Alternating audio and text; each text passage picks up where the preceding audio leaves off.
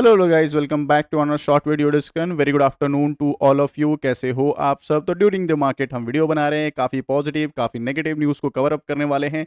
आज हम जो बात करने वाले हैं, हम बात करने वाले HAL के बारे में। देन हम बात करेंगे भारत इलेक्ट्रॉनिक्स लिमिटेड के बारे में। एरेडा को हम लोग कवर अप करने वाले हैं। देन हम बात करेंगे IT की दिग्गज कंपनी, दो दिग्गज कंपनी की हम बात करेंगे, HCL की, एंड बात करेंगे हम TCS की। TCS का हमने रिजल्ट भी पब्लिश कर दिया, Q1 का जो रिजल्ट आया कल के दिन हमने पब्लिश किया है, तो जाके चेकआउट भी कर सकते हो। इनमें से अगर आपके पास कोई भी स्टॉक है या इसके अलावा आपके पास कोई भी क्वेरी है, आप कमेंट बॉक्स में शेयर कर सकते हैं। मैं सारे कमेंट का ऑलमोस्ट आंसर दे देता हूँ, ठीक है।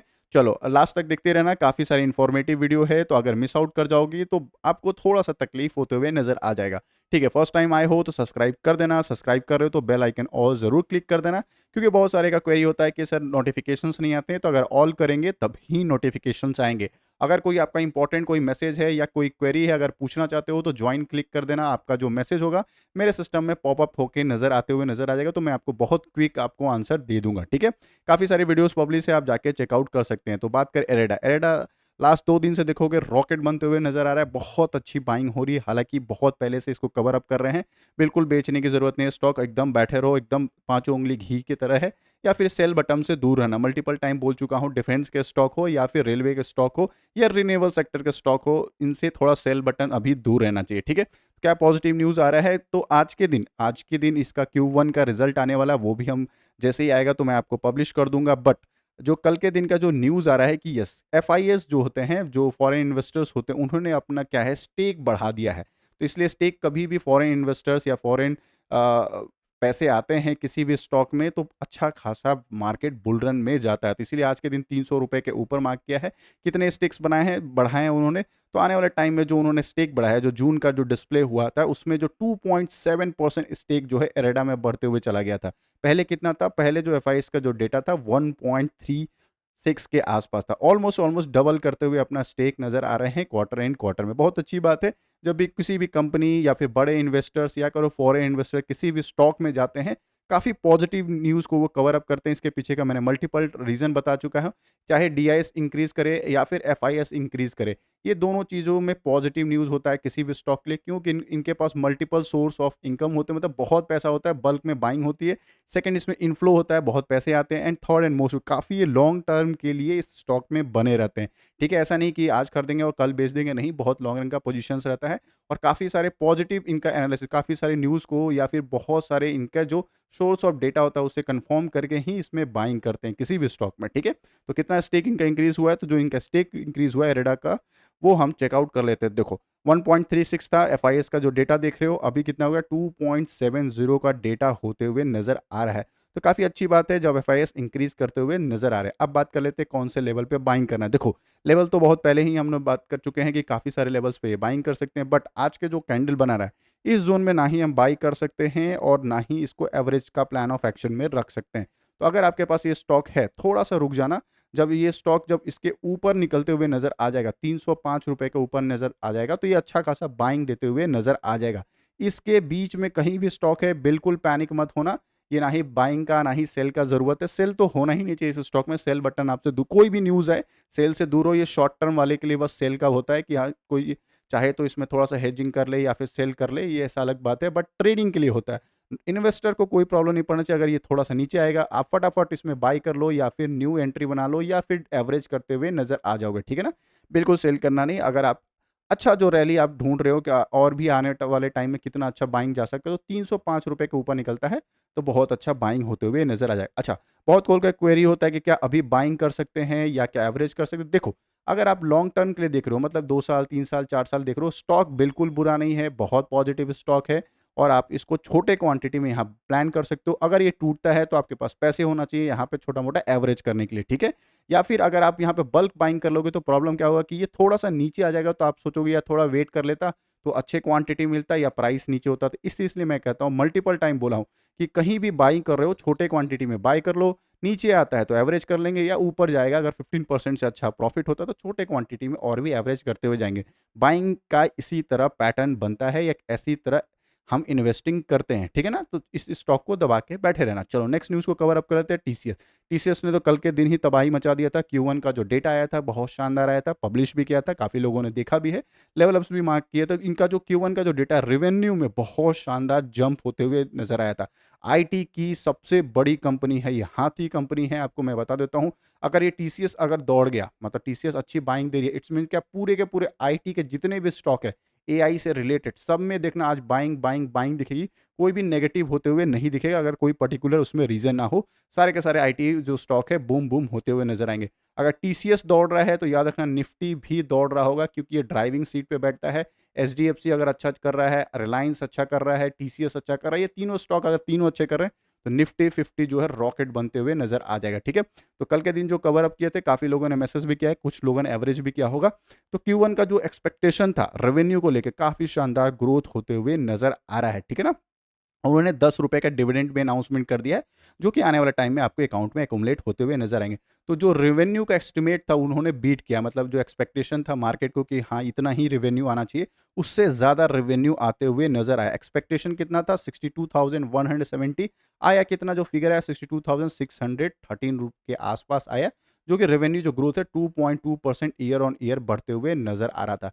तो काफ़ी अच्छा है। कभी भी किसी भी कंपनी का मैंने मल्टीपल टाइम बनता है, income minus expense equal to profit होता है। यही अगर इनकम बहुत अच्छा है तो ये एक्सपेंस थोड़ा-सा मैनेजेबल होता है, तो प्रॉफिट भी बढ़ते हुए नज़र आया। तो इनकम जो पहला पिलर होता है, जो सबसे स्ट्रॉन्ग है, ये अच्छा था, इसीलिए आज सभी शेयर होल्डर्स ने इसको थम्स अप दिया है।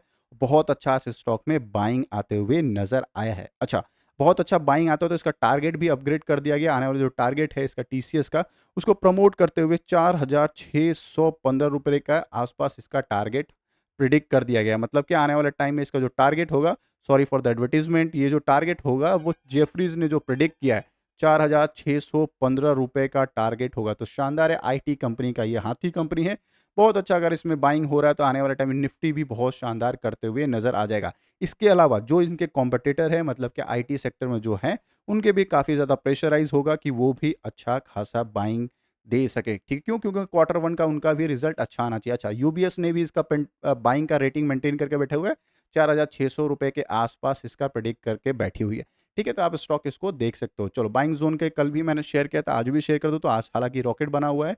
कल के दिन ही बाइंग ज़ोन शेयर किया था, अगर इसके आसपास कहीं बाइंग कर रहे हो, तो पहला जो रेजिस्टेंस बनते हुए जो नज़र आ रहा है, वो यही लेवल दिख रहा है, जो रेजिस्टेंस बन सकता है, ठीक है? बाकी आप आराम से इस स्टॉक को होल्ड करो, लॉन्ग रन के लिए प्लान ऑफ एक्शन में रख सकते हो। चलो नेक्स्ट स्टॉक की बात कर ले, एचसीएल। एचसीएल आज के दिन फिर से दौड़ रहा है, हालाँकि इसको हमने मल्टीपल टाइम कंप्लीट किया है, मल्टीपल टाइम इसको कवर अप किया है। क्यों कवर अप किया? ₹1300 के आसपास था तभी हमने इसको कवर अप किया था। क्यों? क्योंकि इसमें 2 बड़े बिग फर्म ने, इंटरनेशनल फर्म ने इसमें बाइंग करते हुए नज़र, बल्क डील होते हुए नज़र आया था।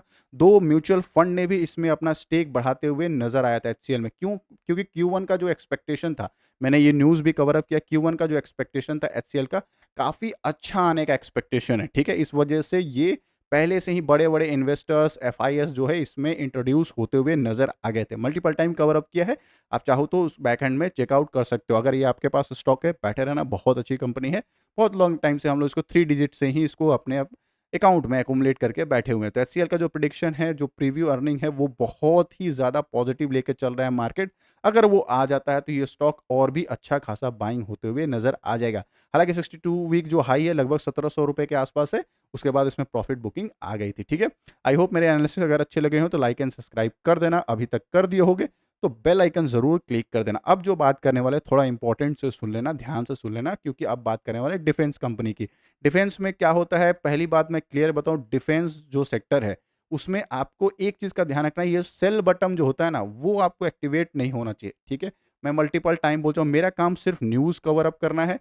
आपको मैं कभी भी सेल करने का रिकमेंडेशन कभी भी किसी भी वीडियो में नहीं देता हूँ। बाई करने या एवरेज करने का मैं छोटा-मोटा दिखा देता हूँ, ये लेवल पे आप एवरेज कर सकते हो या फिर आप बाइंग का प्लान कर सकते हो। सेल तो मैंने इस सारे स्टॉक में कभी भी नहीं बताया है। बट इनिशियली अगर आप लोग सेल कर रहे हो तो गलत कर रहे हो, क्योंकि डिफेंस सेक्टर बहुत ज़्यादा उम्मीद लेके बैठा हुआ है बजट को लेके। नो डाउट बजट में अगर खराब आ गया तो प्रॉफिट बुकिंग आ जाएगी, बट ये आपके लिए अपॉर्च्युनिटी होगा एवरेज करने का, ठीक है? क्योंकि लॉन्ग रन में 2-3 सेक्टर है ना, कभी भी इंडिया इसको कॉम्प्रोमाइज़ नहीं करेगा। एज़ अ कंट्री कोई कॉम्प्रोमाइज़ नहीं करेगा। पहला कौन-सा सेक्टर है? डिफेंस सेक्टर, ठीक है?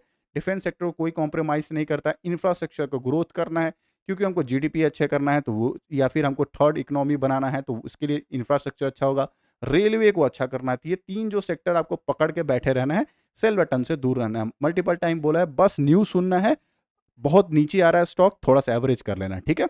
एचएएल की बात करें, बहुत क्वेश्चन आ चुके हैं। देखो ये मोनोपोली स्टॉक है, मल्टीपल टाइम बोल चुका हूँ। एक और नए बिज़नेस का एक और नए स्कोप में ये एंटर करते हुए नज़र आ रही है। ये सुखोई जो है हमारा SU-30 जो फाइटर जेट है, उसको एक्सपोर्ट करने का प्लान ऑफ एक्शन में ये जा रही है, ठीक है? ये जो SUV-30 है वो हमारा रशिया के साथ जो है कोलैबोरेशन के अंडरगोज़ में था, उसके तहत ये हमने बनाया था। ऐसा नहीं है कि हमारा खुद का आत्मनिर्भर भारत से नहीं बना है, ये एक जॉइंट वेंचर हुआ था, जॉइंट मैन्युफैक्चरिंग टेक्नोलॉजी ट्रांसफ़र हुआ था रशिया के साथ। तो इनके साथ बड़े-बड़े बातचीत चल रही है कि क्या हम इसको कैपेबिलिटी को डेवलप करें, सुखोई 30 फाइटर जो को इंटरनेशनल लेवल पे भी हम बेच सकें। मतलब कि एक्सपोर्ट का हम लोग प्लान ऑफ एक्शन में ला सकें। अगर एक्सपोर्ट के लिए अप्रूवल मिल जाता है या फिर टॉक जो है टॉक कर रहा है, मतलब कि बातचीत चल रही है, ठीक है ना? अभी कन्फर्म नहीं हुआ, बातचीत चल रही है। अगर ये हो जाता है तो हम तेजस के साथ-साथ, तेजस जो फाइटर जेट है उसके साथ सुखोई 30 भी बेचने के लिए हम लोग एक और नया पैनल खुलते हुए नज़र आ जाएगा, ठीक है? इस वजह से ये भी स्टॉक को पॉजिटिव में कंसीडर कर सकते हो। तो लेवल्स वगैरह देख लेते हैं किस लेवल पर। हाँ, थोड़ा-सा नेगेटिव ज़रूर दिख रहा है एचएल, थोड़ा-सा लेवल के नीचे है, बट ठीक है, ये एवरेज करने के लिए अच्छा जगह मिल रहा है। चाहो तो यहाँ पे कोई फ्रेश एंट्री बनाना चाहते हो तो प्लान ऑफ एक्शन में रख सकते हो। कभी भी फ्रेश एंट्री बनाना, छोटी क्वांटिटी से बनाना, और अगर नीचे आता है तो एवरेज करने का प्लान ऑफ एक्शन ना, या फिर ऊपर निकल जाता है तो यहाँ पे हम कहीं एवरेज करते हुए नज़र, कभी भी बल्क में बाइंग नहीं करते हैं, कभी भी इन्वेस्टिंग का मैंने आपको मल्टीपल टाइम बताया। क्यों? क्योंकि अगर बल्क में अगर सपोज़ करो बाइंग कर दिया और वो तुक्का चला गया, चलो बाइंग में चला गया, तब तो आपको 5 स्टार बहुत पैसे मिल जाएँगे, बट वो नीचे आ जाता है, तो आपको बहुत अफ़सोस होगा कि यार काश यहाँ इस लेवल पे खरीद लिया होता, या अच्छे क्वांटिटी में होता, या फिर एवरेज प्राइस कम होता। बहुत सारे होते हैं, इसलिए मैं कहता हूँ छोटे क्वांटिटी में बाय कर लो, अगर यहाँ मिलेगा फिर से एवरेज कर लेंगे, एवरेज प्राइस भी आ जाएगा, आपके पास अच्छे खासी क्वांटिटी भी ऐड ऑन होते हुए नज़र आ जाएगी।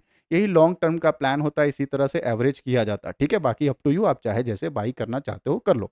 अब बात कर लेते हैं भारत इलेक्ट्रॉनिक्स का, ठीक है? ये काफ़ी न्यूज़ में रहने वाला स्टॉक है, और आज के दिन थोड़ा-सा सेलिंग प्रेशर में भी ये बैठा था। हालाँकि इसने 340 के आस-पास ये अच्छा खासा बाइंग गया था। 305 से लेके 310 का जो ज़ोन था, उसके बाद 340 के आस-पास गया था। बट आज के दिन थोड़ा-सा पैनिक सिनेरियो के साथ सेलिंग होते हुए नज़र आया। इसके पीछे का रीज़न क्या है? तो उसके पीछे का रीज़न है कि यस, जो एफआईएस थे, म्यूचुअल फंड्स जो थे, थोड़ा-सा उन्होंने अपना स्टेक कट किया। आपको पता है क्वार्टर एंड क्वार्टर का जो है, सभी का शेयर होल्डिंग पैटर्न रिलीज़ होता है। उसी में देखा गया कि म्यूचुअल फंड ने जो है, अपना भारत इलेक्ट्रॉनिक्स में स्टेक कम करते हुए नज़र आया है, ठीक है ना?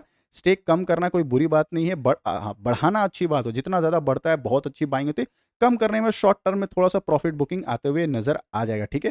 तो जो स्टेक था मार्च के क्वार्टर में, इन्होंने छोटा-सा अपना थोड़ा-सा इन जून तक यहाँ पे कम करते हैं, फॉरेन पोर्टफोलियो के साथ-साथ डोमेस्टिक पोर्टफोलियो भी कम होते हुए नज़र आ जाएगा, ठीक है ना? कितने परसेंट का कम किया है वो भी हम लोग चेकआउट कर लेते हैं, ठीक है?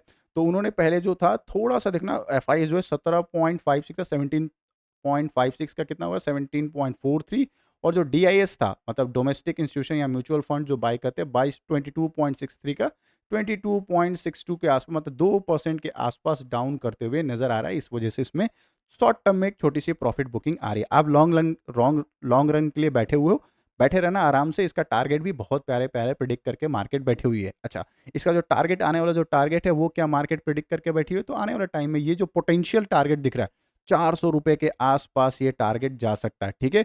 इन्होंने प्रेडिक्ट किया है, तो आने वाले टाइम में शॉर्ट टर्म गोल हो सकता है। टारगेट क्या-क्या हो सकता है? कैटलिस्ट बन सकता है, या फिर बहुत अच्छे टारगेट क्या-क्या बन सकते हैं? 400 का लेवल बन सकता है, लेकिन कब? अगर जब ₹360 के ऊपर सस्टेन करता है मार्केट, तो ये ₹400 आराम से दिखाते हुए नज़र आ जाएगा।